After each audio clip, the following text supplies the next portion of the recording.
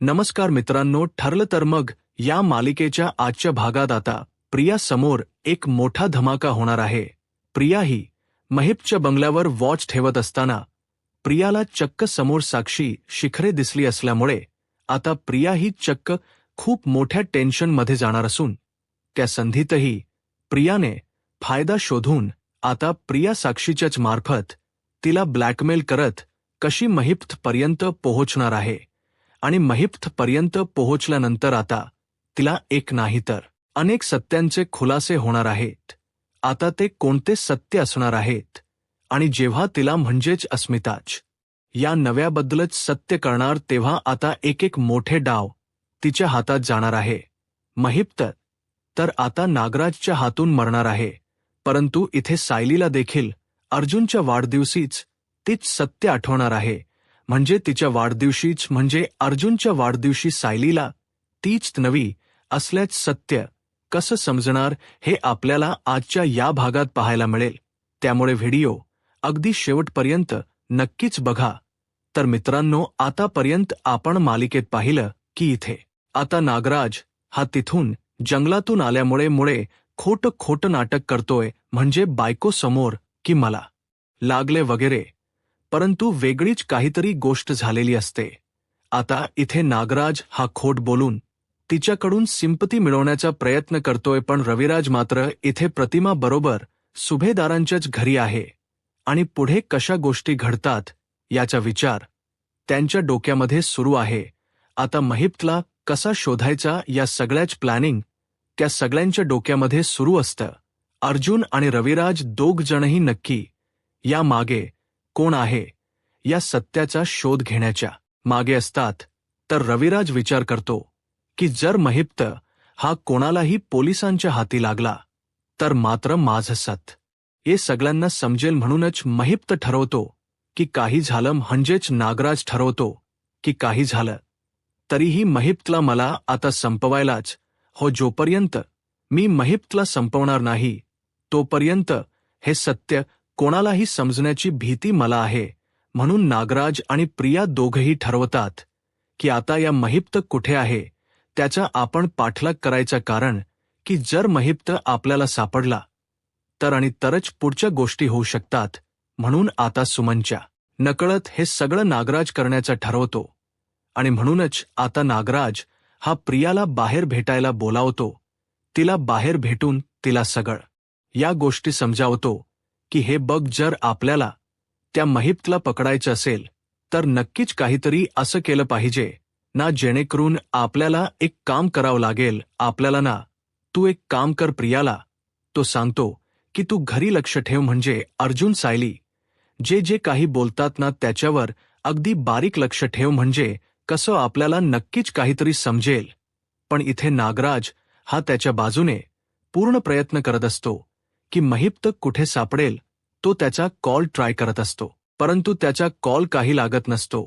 सुरुवातीला प्रिया आणि नागराज दोघजण ठरवतात की सुरुवातीला तर आपण महिपला शोधायचं, मग पुढे काय करायचं ते आपण बघूया, कारण की महिपला संपवणं हेच जास्त महत्त्वाचं ठरेल असं ती आता एकमेकांना सांगतात. त्यानंतर मग आता इथे प्रिया ही टेन्शनमध्ये असते की आता काय करायचं. महिपचा पत्ता शोधायचा, तरी कसा असा काहीतरी एखादा क्लू मिळायला पाहिजे ना, जेणेकरून जो महिपचा पत्ता आहे तो लवकर सापडेल.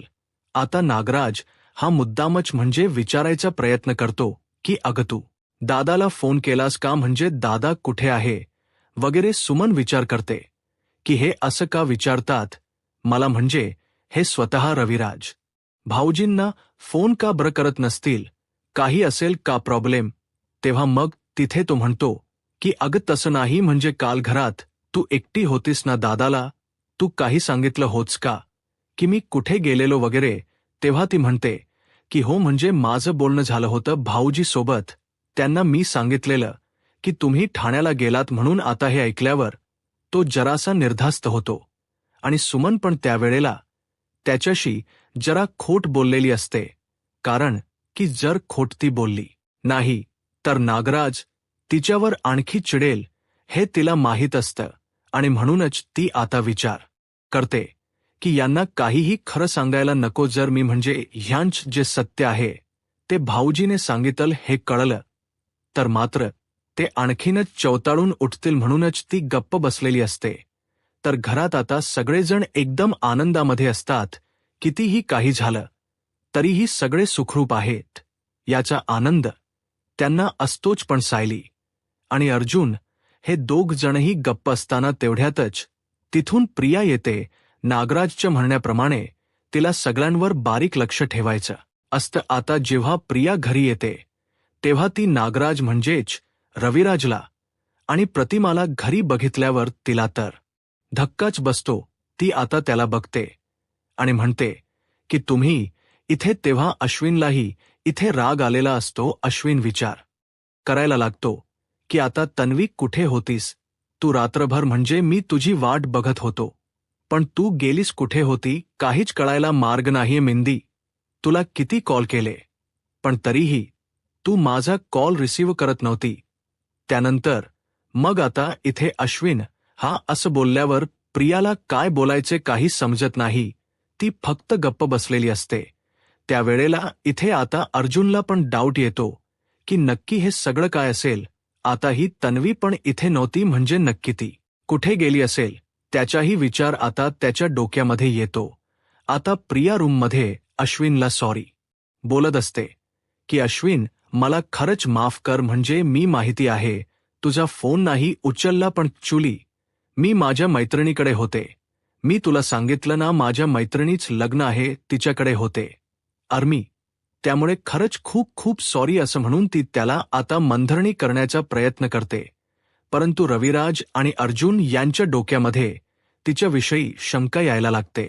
कारण की जे काही प्रिया वागते त्याच्या वागण्यामध्ये जरा काहीतरी प्रॉब्लेम आहे हे त्यांना जाणवत असतं. म्हणूनच आता अर्जुन विचार करतो की मला आता हे पण शोधलं पाहिजे की नक्की प्रियाचा या सगळ्याशी काही संबंध आहे का, आणि त्या सगळ्याशी जर तिचा संबंध असेल तर मात्र महिप्तपर्यंत पोहोचणं आपल्याला अगदीच सोप आहे. इथे सगळेजण महिप्तला शोधत असतात म्हणजे प्रिया नागराज पण महिप्तला शोधत असतात आणि अर्जुन पण. म्हणूनच आता अर्जुन ठरवतो की प्रियावर अगदी बारीक लक्ष ठेवायचं जेणेकरून तिचं जे काही सत्य आहे ते आपल्याला समजलं पाहिजे.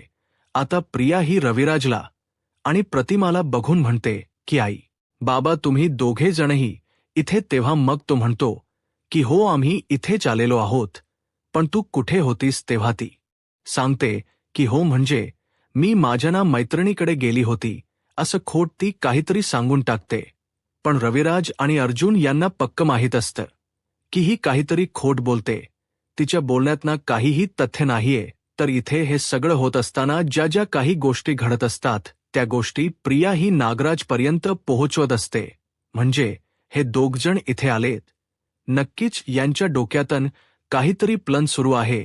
जर हे लोक महिप्तपर्यंत पोहोचले तर मग आपली वाट लागू शकते. हे आता त्याच्याबरोबर लक्षात आलेलं असतं. म्हणूनच आता प्रिया ही नागराजला सांगते की काका आपली वाट लागू शकते. हा कारण अर्जुन आणि रविराज दोघ जणही ना एकदम काहीतरी विचार करूनच महिपच्या पाठलाग करतात. असं वाटतं दोघेही एकत्र आहे. याचा अर्थ ते नक्कीच काहीतरी घडवून आणू शकतात. त्याच वेळेला आता हे सगळं बोलत असताना नागराज म्हणतो की हो मला माहिती आहे गेले 2 दिवस ते तिथेच आहेत. मग आता नागराज म्हणतो की मग मला तरी घरी खुलं असणार आहे. ते सुमनला पटवणं काही कसं पण सोप आहे. पण आपण हे सगळं कसं करायचं महिप्तवर लक्ष ठेवलं पाहिजे. तेव्हा मग नागराजला ती सांगते की तुम्ही काळजी करू नका. मी एक काम करते. मी महिपच्या म्हणजेच महिपच्या बंगल्याच्या बाहेर वगैरे जाऊन बघते किंवा महिपच्या बंगल्यात जाऊन मी बघते नक्की काय आहे. म्हणजे जर तो इथे असेल तर त्याला शोधणं जास्त सोपं पडेल नाही का. म्हणूनच ती विचार करते. महिपच्या बंगल्याकडे जाते तर इथे साक्षीला देखील काळजी लागत असते की 2 दिवस झाले अण्णांचा कॉल लागत नाही. म्हणजे अण्णा नेमके आहेत तरी कुठे. तर महिपच्या बंगल्याच्या बाहेर पोलीस पण अगदी लक्ष ठेवून असतात. कारण जर महिप्त आला तर त्याला अरेस्ट करायचे असे त्यांचं ठरलेलं असतं. पण आता साक्षी ही लांबूनच बघते की समोर पोलिसांचा पहारा आहे, त्यामुळे अण्णांच्या तिथे जाणं हे जरा तिला रिस्की वाटत असतं. कारण जर पोलिसांनी तिला ओळखली तर खूप मोठा प्रॉब्लेम होऊ शकतो हे अगदी साक्षी बरोबर ओळखत असते. म्हणूनच ती आता मुद्दामच फोनवर बोलण्याचे नाटक करत बाजूला येत असते आणि ती सारखा अण्णांचा कॉल ट्राय करते, परंतु त्याचा फोनच लागत नसतो. तर इथे तेवढ्यातच समोरून प्रिया येते. प्रिया आल्याबरोबर बघते आणि म्हणते की हिला कुठेतरी मी पाहिल्यासारखं वाटते. तेवढ्यातच समोरून साक्षी पण गाडीमध्ये प्रिया आहे हे बघते आणि जराशी घाबरल्यासारखी होते. मग प्रिया विचार करते की ही साक्षी तर नाहीये, म्हणजे मला सेम तशीच दिसते. नक्की साक्षी आहे की आणखी कोणी? तिच्या डोक्यात आता वेगळेच विचार यायला सुरुवात होतात. त्यावेळेला मग ती आता गाडीच्या बाहेर येते आणि समोर येऊन तिच्याकडे बघत म्हणते की तू साक्षी आहे ना? तेव्हा मग लगेचच ती तिच्या आवाजातच बोलते की नो साक्षी नाही, मी समीरा शेखर असं म्हटल्यावर आता प्रिया ओळखते. ती म्हणते की हे बघ, तू दुसऱ्या जगाला फसव, परंतु तू मला फसवू शकत नाही, समजलं? तू मला फसवू शकत नाही, कारण की आपली इतक्या वर्षाची मैत्री आहे. मी तुला अगदी बरोबर ओळखते. तू फक्त तुझी हेअरस्टाईल किंवा तुझं राहणीमान बदललं आहे, परंतु तू साक्षीच आहे. तेव्हा आता साक्षीलाही काय बोलावं काही कळत नसतं. प्रिया म्हणते की तू बाकीच्यांना फसव, परंतु तुम्हाला अजिबातच फसवू शकत नाही. त्यावेळेला आता लगेचच ती म्हणायला लागते की हो आय सी. मग ती म्हणते की नाही, तू काही म्हण, पण मी समीरा शिखर. तेव्हा मग ती म्हणते की मग तू इथे या अण्णाच्या बंगल्याबाहेर काय करते? म्हणजे इथे तुझे वडील राहतात म्हणूनच तू इथे आलीस, बरोबर ना? तेव्हा आता ती पोलीस असतात म्हणून समोरून काहीही कबुली देत नसते की मी कोण आहे वगैरे सगळं काही. तेव्हा आता लगेचच प्रिया म्हणते की हे बघ, तू जगाला फसवू शकतशील, परंतु तुम्हाला अजिबात फसवू नको. प्रिया ती म्हणते की मला आता तू खरं सांगणार आहे की मी इथे समोर पोलीस आहेत, त्यांच्या समोर तुझं सगळं सत्य उलगडू शकते. आता तुम्हाला खरं सांगते की खोट हे सगळं तुझ्यावर आहे, तुझा सगळा भांडाफोड मी करू शकते. हे ऐकल्यानंतर आता साक्षीला तोंड उघडणं भाग पडतं. साक्षी घाबरते आणि म्हणते की हे बघ, प्लीज कोणाला काही बोलू नको हो. मी साक्षी शिखरे आहे, परंतु मी समीरा शिखर म्हणून आता या जगात वावरते. साक्षीच आता माझ्याजवळ काही नाही. हे ऐकल्यावर आता प्रिया म्हणते की म्हणजे मला काही कळत नाही, नवीनच फॅड आणलंस तू, म्हणजे नक्की काय आहे? तेव्हा मग ती म्हणते की हे बघ प्रिया, आपली माहिती दुश्मनी होती, आपण जेलमध्ये गेल तेव्हापासून, परंतु आता मी एक मैत्रीच्या नात्याने तुला सगळं काही सांगत आहे. तेव्हा साक्षीला ती म्हणते की बरं बस माझ्या गाडीत बस, आपण बोलूया बाजूला जाऊन, इथे पोलीस आहेत.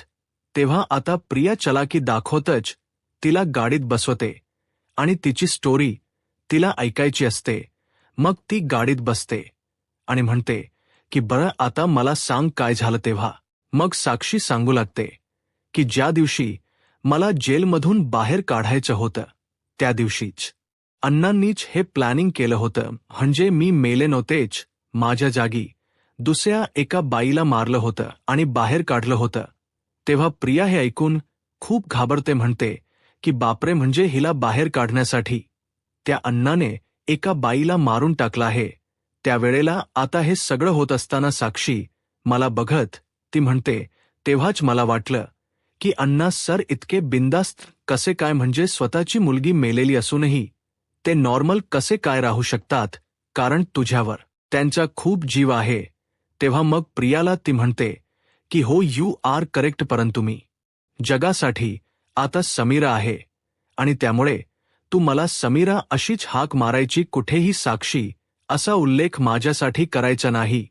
तेव्हा प्रियाच्या लक्षात येतं की बरोबर आपण महिप्तला शोधत आहोत.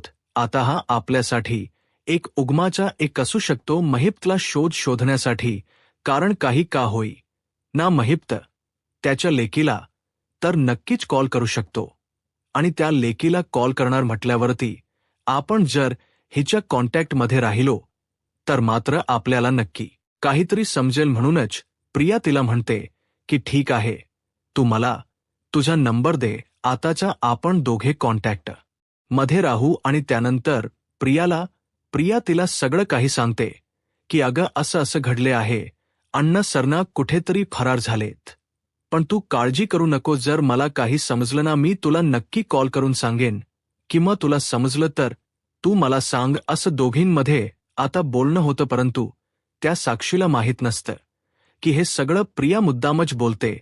मग साक्षीला भेटल्यानंतर प्रिया नागराजला भेटते आणि तिला नागराजला म्हणते की तुम्हाला माहिती काका, अहो एकदम सॉलिड ब्रेकिंग न्यूज आहे माझ्याकडे बरं का. प्रिया तो म्हणतो की कसली महिप्त सापडला. तेव्हा ती म्हणते की महिप्त नाही, महिप्तची कोंबडी म्हणजे सोन्याची अंड देणारी कोंबडी सापडली. म्हणजे तो विचारतो कोण. तेव्हा ती सांगते की अहो हो, समीरा शेखर म्हणजे साक्षी शिखरे मला दिसली जगासाठी, ती मेली होती ना, पण आज मी तिला जिवंत पकडले आणि तिने कबूल केले स्वतःच्या तोंडाने की ती साक्षी. तेव्हा मग नागराज म्हणतो की अगसल्या शिळ्या बातम्या नाना, मला देत नको जाऊ, मला हे आधीच माहिती. तेव्हा मग प्रिया म्हणते की काय हे तुम्हाला अगोदर माहीत होतं, तर मग तुम्ही मला सांगितलं का नाही. तेव्हा तो सांगतो की अगं आत्ताशी आपण काल परवापासून बोलतोय ना ग, तर मग मी तुला काय सांगणार होतो. तेव्हा मग ती सांगते की मग आता काय करूया आपण. त्याच वेळेला तो म्हणतो की एक काम कर, आता तू म्हणजे तिच्यासाठी काय करणार आहे. मग ती सांगते की तोच एक पत्ता आहे आपल्यासाठी, महिप्तच्या ॲड्रेस शोधण्याचा. महिप्त जर तिला कॉल करेल तेव्हा ती मला नक्कीच ते डिटेल्स देणार आणि मग आपण बरोबर महिप्तला गाठायचं, असं त्यांच्या आता प्लॅनिंग असतं. म्हणजे साक्षीच्या थ्रू सगळं करणार असतात. तर इथे मात्र आता सायली आणि अर्जुनचा वाढदिवस असतो. सगळे जणांनी वाढदिवसासाठी छानच सरप्राईज केलेलं असतं. प्रतिमा आणि रविराज खास त्यांच्या वाढदिवसासाठी थांबलेले असतात. तर आता अर्जुनसाठी छानपैकी केक आणलेला असतो. सायली आता त्याचा औक्षण करण्यासाठी पुढे येते प्रतिमाने आणि सगळ्यांनी अगदी आनंदाने सायलीलाच तो मान दिलेला असतो. सायली खूप खुश होते आणि ती औक्षण करायला आलेली असताना तिला सगळं काही आठवायला लागतं. घरात सगळेजण अर्जुनच पाटावर बसून औक्षण करत असतात, प्रतिमा पण करत असते.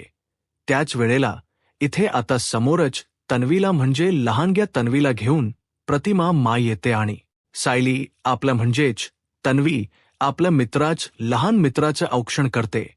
हे सगळं चित्र आता तिच्या समोर एक एक करून यायला लागलेलं असतं. आता हे करत असताना तिला थोडं गरगरल्यासारखं व्हायला लागतं. अर्जुन पुन्हा सायलीकडे बघतो आणि तिच्या हातातलं ताट घेतो की सायली काय होत्या, तुला कसला त्रास होतोय का. तेव्हा आता लगेचच सायली म्हणते की अर्जुन सर, मला परतच तसे भास व्हायला लागले. तेव्हा अर्जुन म्हणतो एक मिनिट, तू इथे बस, आता विमल पटकन पाणी आणून देते की सायली हे घ्या, पाणी पिऊन घ्या. आता सायली पाणी पित असताना अर्जुन सांगतो की हल्दीला असं काहीतरी सत होत सायलीला, म्हणजे मला कळत नाहीये की ती अशी का वागते, तिला कसल्या तरी भास यासारखं वाटतो. तेव्हा मग प्रतिमा रविराज सगळे म्हणतात की नाही अर्जुन, हे खूप गंभीर असू शकतं, याच्याकडे आपण हलकेपणाने घेता कामाने. ते सायलीला बसवतात आणि विचारतात की नक्की काय काय होतं ते मला सांग आता. तिथे अश्विन पण असतो. अश्विन हा म्हणतो की काय होत नक्की सायली वहिनी. तेव्हा मग सायली सांगते की म्हणजे ना, मला असं वाटतं की हे माझ्यासोबत अगोदर घडलं. काल जेव्हा महिप्त होताना प्रतिमात्याच्या इथे तिला मारत होता, तेव्हा मला असं वाटत होतं की मी पण तिथे कुठेतरी होते. जेव्हा तो त्याच्या गुन्ह्याची कबुली देत होताना, तेव्हा मलाही काहीतरी अंदुक्स आठवत होतं की अपघात होतोय वगैरे, मला असं अंदुक्स आठवत. त्यानंतर मग आता ती म्हणते की पुढे काय झालं. तेव्हा ते सगळं झाल्यानंतर अश्विन ऐकत असतो. पुढे सायली म्हणते की मला असंच सारखं जाणवतं की त्या अपघाताशी माझं काहीतरी कनेक्शन आहे. आणि आता पण मी अर्जुन सरांना ओवाळत असताना मला असं जाणवलं की म्हणजे मी याच्याशी कुठेतरी निगडीत आहे. मला एक लहान मुलगी दिसते, एक म्हणजे वातावरण दिसते. बर्थडेत साधारण एक लहान मुलगा बसलाय. मी त्याला ओवाळते. आता पाटावर मुलगा बसला म्हटल्यावरती रविराजला आणि घरच्यांना आठवतं की पाटावर अर्जुन म्हणजे अर्जुनलाच लहानपणी असं सजवून पाटावर बसवलेलं होतं, म्हणजे आजूबाजूला सगळं छान असं डेकोरेशन होतं. मग प्रतिमा विचार करते की नक्की सायली, हे सगळं तुला का दिसत असेल? तेव्हा अश्विनही ते बघत असतो आणि तो म्हणतो की नक्कीच ना, याच्या मागे काहीतरी तथ्य, म्हणजे सायली वहिनी, हे तुला दिसतंय याचा अर्थ तू कुठेतरी तुझ्या भूतकाळात ह्या गोष्टी केल्या आहेत किंवा तुझ्या विस्मरणात गेल्या आहेत.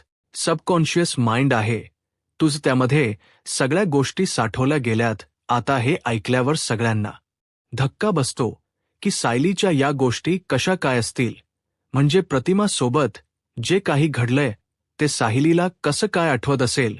आता अश्विन म्हणतो की नक्कीच हा वेगळा प्रकार आहे, म्हणजे माझे जे डॉक्टर आहे, सायकोलॉजिस्ट, त्यांच्याशी बोलून दादा हे सगळं बघ तू हो तर, असं म्हटल्यावर आता सगळ्यांना टेन्शन येऊ लागतं. रविराज म्हणतो की अर्जुन, काळजी करू नको, सगळं ठीक असेल, काहीतरी कारण असेल या सगळ्या गोष्टींना, जे एकदम सगळं तिला आठवलं की तिला बरं वाटेल. अर्जुन म्हणतो की हो बरोबर आहे, म्हणजे मी लवकरच सायलीला डॉक्टरकडे घेऊन जाईल. अश्विन म्हणतोय तिथे नंतर मग नागराज प्रियाला कॉल करून विचारतो की काही सत्याबद्दल समजले का? तेव्हा मग ती म्हणते की हो, एक सत्य मला समजलेलं आहे, ते म्हणजे महिपचा फोन आला होता. प्रियाला महिपचा फोन आला होता साक्षीला, आणि साक्षीने हे सगळं मला सांगितले. आणि त्याच प्रकारे आता इथे महिपला ट्रॅप लावून कशा प्रकारे नागराज आणि प्रिया पकडणार आहे, आणि नागराज आता कशा प्रकारे महिपला मारणार, आणि त्याच जे सिक्रेट आहे. आता पुढे काय होईल हे पाहायला आत्ताच माझा महाराष्ट्र या यूट्यूब चॅनलला सबस्क्राईब करा. धन्यवाद.